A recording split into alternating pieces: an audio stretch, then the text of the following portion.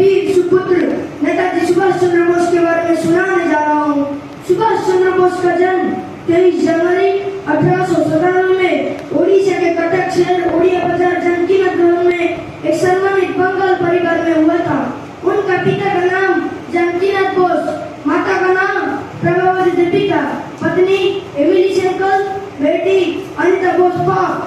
सुभाष चंद्र बोस बचपन से अत्यंत बुद्धिमान, अनुशासित और देशभक्त थे।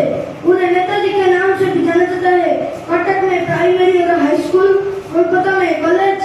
1920 को इंग्लैंड की कैम्ब्रिज विश्वविद्यालय में उच्च शिक्षा प्राप्त की।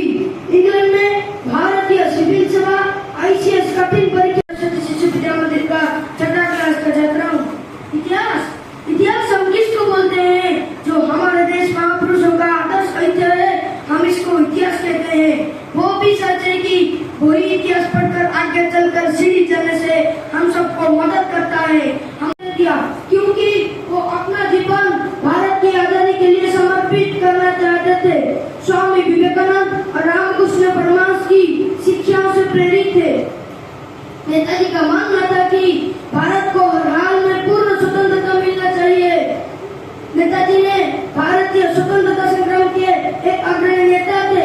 उनका कहने का तरीका और परिभाषा इतना मजबूत था कि क्रांतिकारी बनने के लिए हजारों लोग उनके पीछे भागकर जान देने के लिए तैयार थे।